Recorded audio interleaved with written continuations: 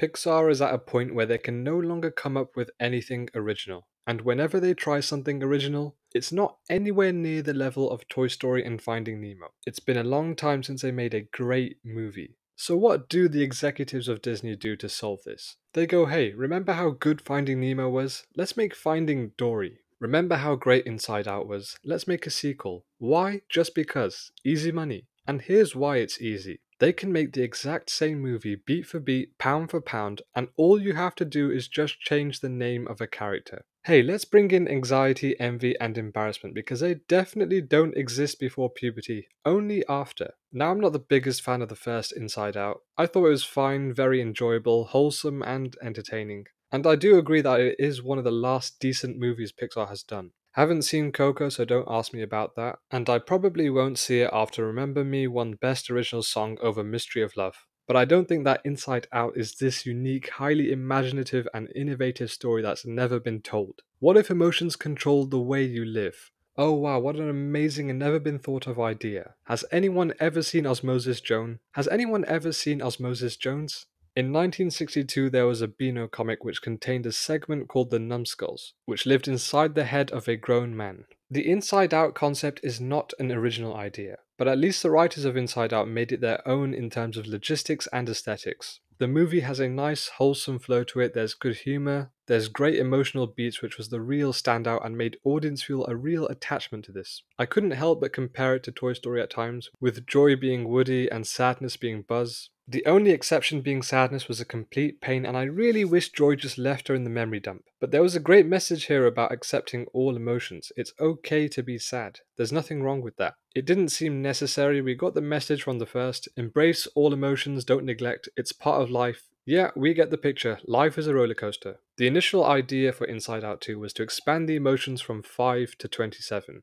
But the producers felt like this was too overwhelming, so they added just 4 new emotions: anxiety, envy, embarrassment, and ennui. Emotions that I personally felt from a very young age. And this is what I don't get. Why would joy, sadness, fear, anger, and disgust be the only emotions in your head? Surely there would be hundreds of emotions. The brain is complex. It's the most vital organ in the body, containing hundreds of billions of neurons. So surely having more emotions would make Inside Out 2 more complex. Going through puberty would add a whole lot of conflict and chaos. And even though I was reluctant about seeing this, I was pleasantly surprised for the first act. It wasn't blowing me away, but it maintained that enjoyment and brightness which the first movie had. But as the movie progressed, I began to see a familiar pattern. Everything is great at the beginning, just like the first, and then the problem occurs. Instead of Riley having to deal with moving, the conflict is new emotions. And now I'm thinking, how are they going to deal with this? Because they end up outside of headquarters just like the first, but in the first movie you had no idea what was going on. You were in a completely new world where everything was strange. Here you knew Joy and the others were going to get back,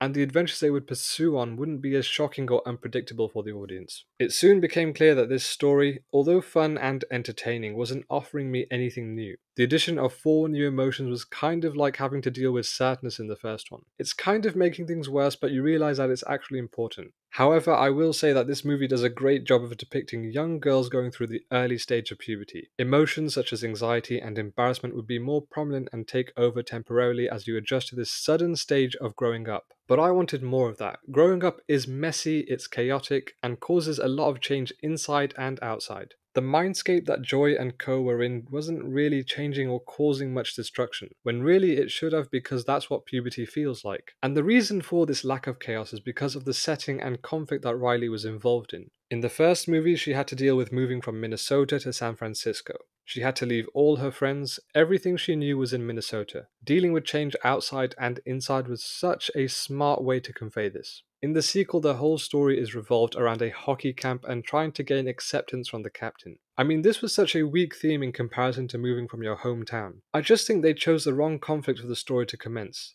High school was the most obvious and naturally instinctive setting for this story to work. You have so many elements to explore that would cause a whirlwind of chaos in Riley's mind. She would have to deal with mood swings, being accepted, being bullied, falling in love. There was so much more to explore that would really make the stakes feel like a life or death situation. Anxiety is the key to this story in showing how panic attacks can affect people. I'm glad they showed this, but over a hockey match, I think this would be more appropriate if she just. I think this would be more appropriate if she just got embarrassed in front of her crush. That would be more relatable to people. I also didn't like the way the kids talked in this. Sometimes it worked when they talked about their favourite music, that felt natural. And that's because they consulted teenagers to make the dialogue sound authentic, which is good work from the writers. In contrast, the dialogue started to sound strange and stilted, and that only happens when the writers are deliberately pushing the narrative forward. But this is a minor criticism I have. My main one being, of course, that the story is exactly the same and I got kind of zoned out halfway through. I knew what was going to happen. I wonder if the same resolution from the first would happen in this one.